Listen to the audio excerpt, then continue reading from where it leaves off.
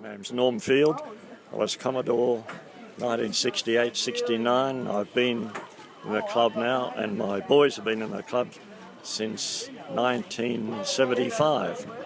The deck we're looking at the moment was originally not there. It was the water came straight to the entryway. This deck's been a perennial problem because I've been knocking nails into that deck for 40 years, and everyone is still knocking bloody nails into the deck. From the formation of the club at Clairville Beach, it was always VJs, a writable dinghy, and the first year we started, which was 75 years ago,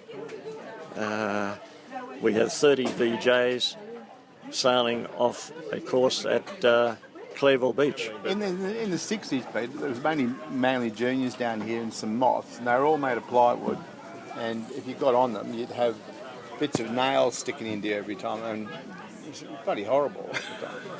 It was horrible. And then it went from Manly, then they went to fiberglass, but when I started here, all the Manly juniors were timber. Yeah, they were all timber. They didn't have any buoyancy tanks. Well, they had buoyancy tanks fore and aft. No. And remember the little Sabos? The Sabos? Sabots, yeah. Sabots. And those things, you get all the kids out, you try and get them out interested in sailing, but they spent 3/4 of the day emptying the damn things out after they tipped them over. They weren't. My first race, I went out here actually, and I don't think we got to the moorings before we swamped the boat. So that was a bit ordinary. Yeah. Oh, there's some breeze coming in. But no wonder we'd lose a few people. Not lose, but lose them from the club because they just weren't interested in bailing their boat out all day. Yeah. I remember when the boat boys were quite short, and then they grew. That's right, I remember those days well. I remember when boat boys were paid $30 a day. I remember when they'd work twice as hard as they do now. You could smack Luke round the head without even having to lift your arm. He was that short. In the old days, when the first boat came across the line, we used to fire a gun. Yeah. Like all clubs did. All clubs did. And you'd fire the gun out over here, but it was a dummy, but it was a proper bang. And somebody here one day fired the gun, and it just went up through the roof. It was the 4th of February 2001, and I told the bloke, briefed him, whatever you do, let everyone know when you're going to fire the finish gun, because it'll frighten the hell out of the canteen girls.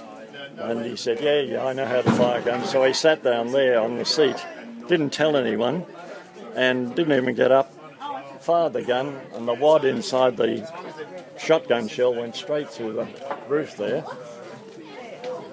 And young generation. I was winning in those days. Of course you were. And I'm a bit of a Johnny come lately to this club because I only joined about 17, 18, 20 years ago. And you thought it was a licensed club. You came down here because you could walk home after drinking. After drinking a lot. Yeah. And to your surprise, it wasn't licensed. It's a wonder I still come down. Yeah, exactly. But the curious thing is you bring your own. You come down and you bring your own and you still walk home. It's a funny old world. Yeah, and now it's licensed, or is it not licensed? I think it's licensed for functions, Peter. Yeah. And are they licensed to sell beer here this afternoon? I think they are. They allegedly. I cannot confirm nor deny.